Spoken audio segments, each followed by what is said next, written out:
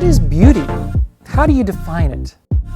Many people think of beauty as something nice, but not essential. It's a matter of personal taste. It's in the eye of the beholder. But is there more to beauty? Is there an objective reality to beauty that goes beyond our tastes and our opinions? Is beauty essential for human flourishing? Is it essential for faithful Christian life and ministry? Words are precious conveyors of reality. They not only shape the way we think, but they determine our choices and our actions. They shape the kind of cultures that we live in.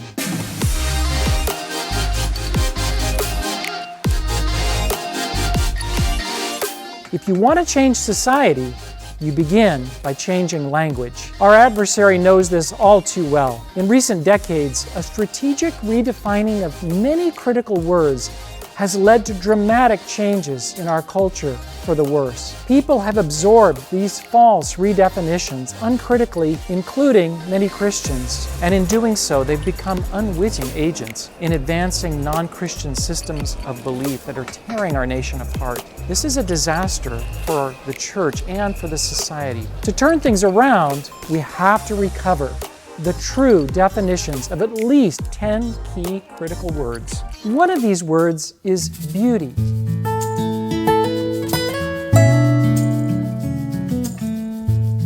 When correctly defined, beauty is a combination of qualities present in a thing or a person that gives joy, pleasure, and deep satisfaction. In the words of the famous English poet John Keats, a thing of beauty is a joy forever.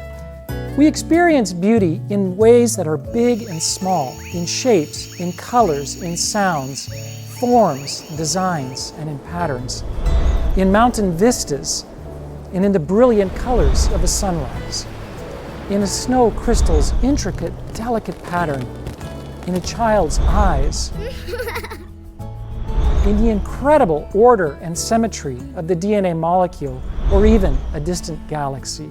We experience beauty in music, in architecture, in dance, in colors and patterns of fabric, or even in something as simple as a carefully tilled garden or a well-tended field. We also experience beauty in cleanness, in order, and in purity. For example, we recognize beauty in a well-kept, tastefully decorated room in a way that we don't when that room is dirty and disheveled. Or we recognize beauty in a crystal clear mountain stream in a way that we don't if that same stream is clogged with trash and pollution. We experience beauty in moral virtues such as kindness, compassion, sacrifice, courage, or inner strength. These moral virtues are the inner beauty that the Apostle Peter speaks about in 1 Peter 3:3 when he says, "Your beauty should not come from outward adornments, such as the braiding of hair, the wearing of gold jewelry and fine clothes. Instead, it should be that of your inner self, the unfading beauty of a gentle and quiet spirit, which is of great worth in God's sight."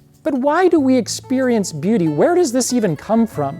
God Himself is the ultimate source of all that is beautiful. As it says in Psalm 50, verse 2, God is the perfection of beauty. We find beauty in God's moral perfection, in His holiness, in His love, His compassion, and His mercy. We see God's beauty displayed most sublimely in Christ's sacrificial death on the cross.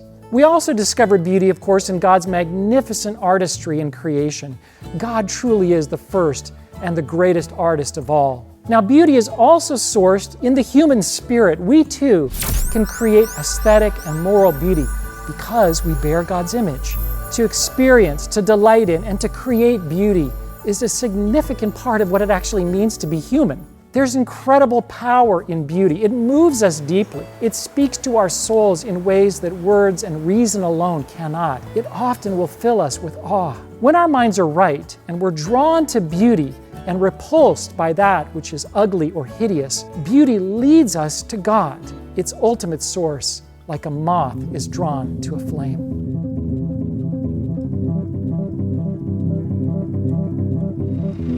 You can tell when a society has been shaped by this true understanding of beauty because you can see it.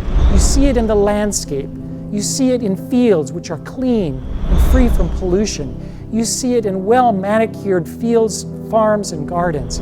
You You see it in their architecture, such as the magnificent cathedrals of Europe, or even the sublimely beautiful architecture of Oxford University.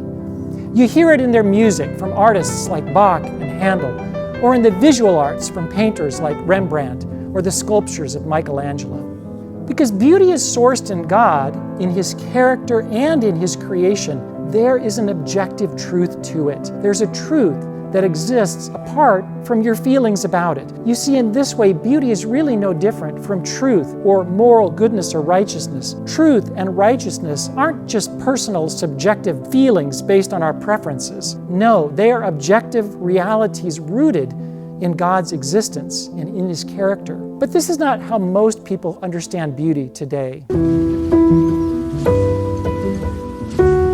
Today, people, including many Christians, understand beauty as just purely personal and subjective. We often hear that beauty is in the eye or ear of the beholder. It's not rooted in objective truth or reality. We decide what's beautiful and what is not. But the problem is this: in our fallen, rebellious nature, we actually invert beauty, and we call that which is hideous and repulsive and repellent and grotesque, we call that beautiful. Let me give you one example. In 1987, an American artist named Andres Serrano unveiled his work of art that he called Piss Christ, which depicts a plastic crucifix that's submerged in a glass tank filled with the artist's urine. This work of art was actually sponsored by the National Endowment of the Arts, and it won numerous awards. Now, many objected, claiming, "This is not beautiful, this isn't even art, this is hideous, it's blasphemous." But they were ridiculed and told that they have no right to make those kinds of judgments. After all, beauty is in the eye of the beholder. In our fallen nature, not only do we invert and twist beauty, but very often we ignore it, or we just dismiss it as something that's not important. We simply ignore beauty, or we act like it doesn't really matter. Instead, we focus on things that really matter, like what's useful, what's practical, and not what's beautiful. And sadly, even Christians too often can think this way, and you actually see it reflected in some of our church buildings and in our worship music. When entire cultures openly reject God, as did the former Soviet Union, they often become very dirty, polluted, and filled with buildings, for example, that are hideous and soul-destroying in their dull monotony.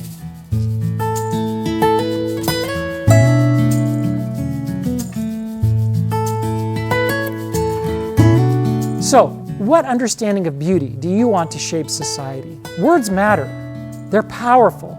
All genuine social change, for better and for worse, comes with a shift in language and definitions. God reveals the true definition of words like beauty in His Word, the Bible. These real definitions are not just true for Christians, they're true for everyone. But unless we as Christians know the true definitions and we build our lives on them, unless we defend the true definitions in the public square, our societies will be built on false definitions and we will reap the terrible consequences. If you want to be part of upholding and defending the truth about beauty, we can help.